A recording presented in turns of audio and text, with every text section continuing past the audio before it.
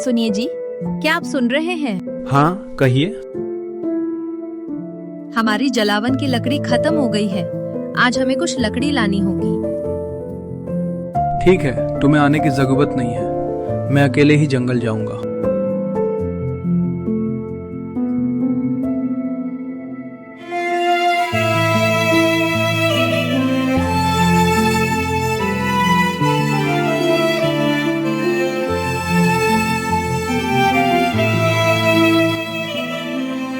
ये लो, मैंने थोड़ा खाना पैक किया है।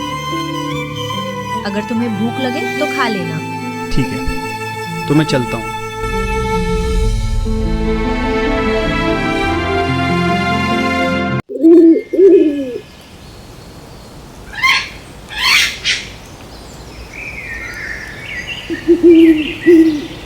अरे, मुझे यहाँ आसपास कोई जलाऊ लकड़ी नहीं दिख रही है।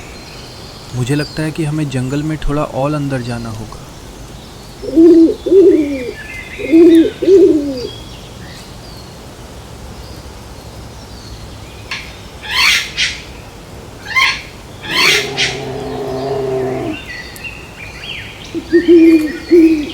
वो कैसी आवाज़ है? ऐसा लगता है कि आसपास कोई जानवर है।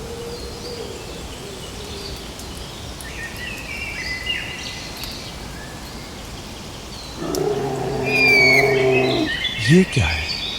मुझे यहाँ इंसानों की गंध आ रही है। मुझे उन्हें ढूंढना होगा। आज मैं बढ़िया दावत के लिए पूरी तरह तैयार हूँ।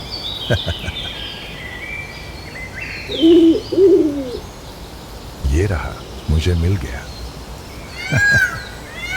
अरे, कोई मुझे बचाओ। क्या वहाँ कोई है? मुझे बचाओ। चिल्लाने का कोई फायदा नहीं। इस सुनसान जंगल में तुम्हें बचाने कौन आएगा? खैर, मैं आपको एक शर्त पर जाने दे सकता हूँ।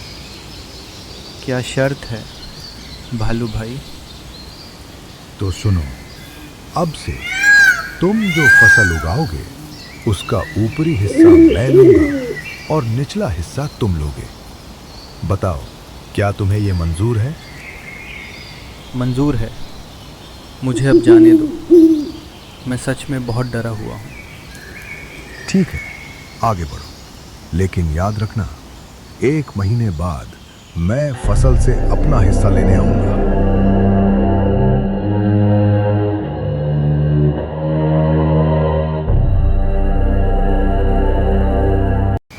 घर लौटने के बाद रामू ने इस पर अच्छी तरह से सोचा और आलू बोने लगा।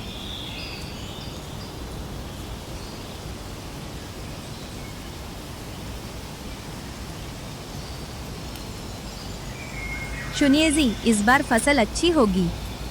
हम दोनों ने कड़ी मेहनत की, इसीलिए। इस साल फसल पिछले साल से बेहतर है। रामू ने जल्दी जल्दी जमीन के ऊपर वाले पौधों की कटाई की और वे जमीन के नीचे मौजूद सारे आलू निकाल ले गए। इस बीच भालू फसल का ऊपरी हिस्सा लेने आया। अरे, ये क्या है? आलू के पौधे की पत्तियां तो वहां पड़ी हैं। आलू कहाँ है? गोलू भाई, जैसा आपने कहा था, मैंने फसल का जमीन के नीचे उगने वाला हिस्सा यानी आलू ले लिया है और मैंने ऊपर वाला हिस्सा तुम्हारे लिए रखा है। मैं इस पत्ते का क्या करूं? उसने मेरे साथ चालाकी की।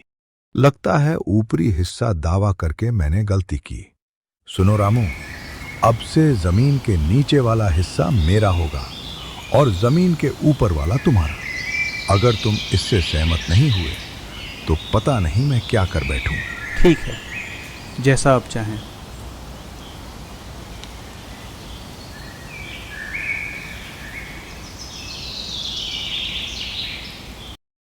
मैं कह रहा था कि इस बार बारिश काफी अच्छी हुई है।